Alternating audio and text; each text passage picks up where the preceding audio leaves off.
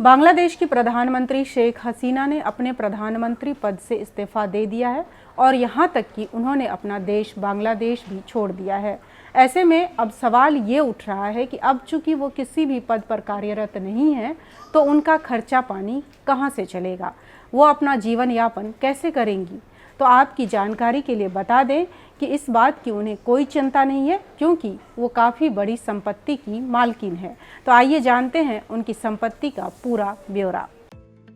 शेख हसीना बांग्लादेश की पूर्व प्रधानमंत्री, जिन्होंने देश की कमान 1-2 साल नहीं बल्कि पूरे 15 साल तक संभाली।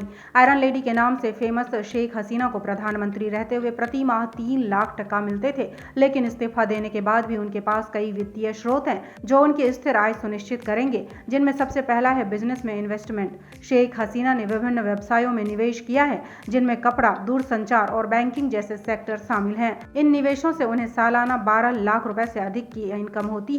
खासकर कपड़ा और परिधान उद्योग में उनके निवेश की वजह से उनकी आय बढ़ रही है, क्योंकि ये उद्योग बांग्लादेश में काफी अच्छी स्थिति में है। दूरसंचार क्षेत्र में शेख हसीना का निवेश उच्च रिटर्न और स्थिर विकास के लिए जाना जाता है। इसी तरह बैंकिंग क्षेत्र में उनका निवेश भी सुरक्षित लाभ प्रदान करता है, जो उनकी आय को स्थिर बनाए रखता है। खेत और फार्म, शेख हसीना के पास खेत और फार्म भी हैं, जिनसे उन्हें आय की प्राप्ति होती है। चुनाव आयोग को दी गई जानकारी के अनुसार साल 2022 में उन्होंने खेती से 78 लाख टका प्राप्त किया था।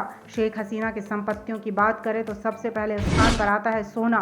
साल 2018 में दी गई जानकारी के अनुसार शेख हसीना के पास करीब 13 लाख रुपए मूल्य का सोना था। हालांकि जानकारी के अनुसार फिलहाल इस सोने की मात्रा में कोई वृद्धि नहीं हुई है। प्लॉट और मकान, शेख हसीना के पास लगभग 15 बीघा खेत हैं, जिनकी कीमत 6 लाख टका से अधिक है। इसके अलावा उनके पास 34 लाख टका मूल्य का प्लॉट और 5 लाख टका कीमत की एक लग्जरी 3 मंजिला इमारत भी है। विदेशों में संपत्तियों की बात करें तो शेख हसीना के पास विभिन्न देशों में भी संपत्तियां हैं। ढाका में उनके पास $3 मिलियन मूल्य की हवेली है।